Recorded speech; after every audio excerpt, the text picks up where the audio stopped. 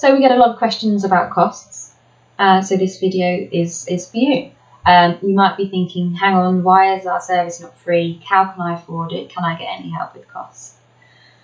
So firstly, we are a non-profit organisation, so that means we're not out to make a massive amount of money, but we do all need to make a living, pay up bills and feed ourselves. So we do often charge for our service. Sometimes we have access to funding, which means you might pay nothing or you might pay a sliding scale. So do ask us about those options when you make contact. There is always the option of going to your GP and asking for access to therapy through the IAPT programme. Unfortunately, however, for most people there's a long waiting list, sometimes up to a year.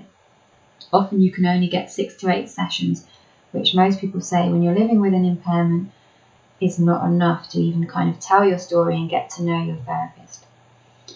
And most therapists that work in the NHS do not have any disability knowledge or personal experience.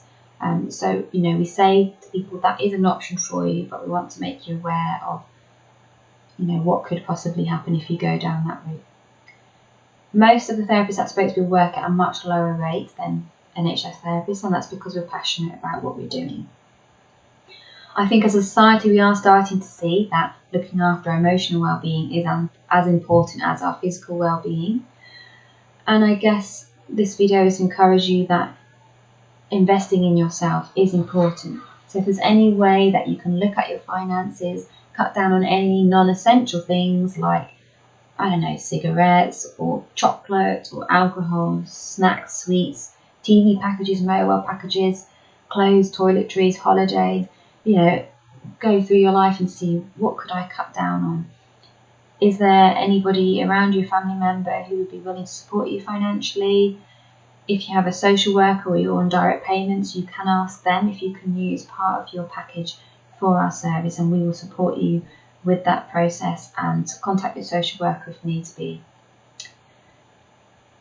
If none of those options are available to you and you still feel you need support, do use our free online support. So we're on Twitter, we're on Facebook, we've got a blog on this website, we've got the free resource lists.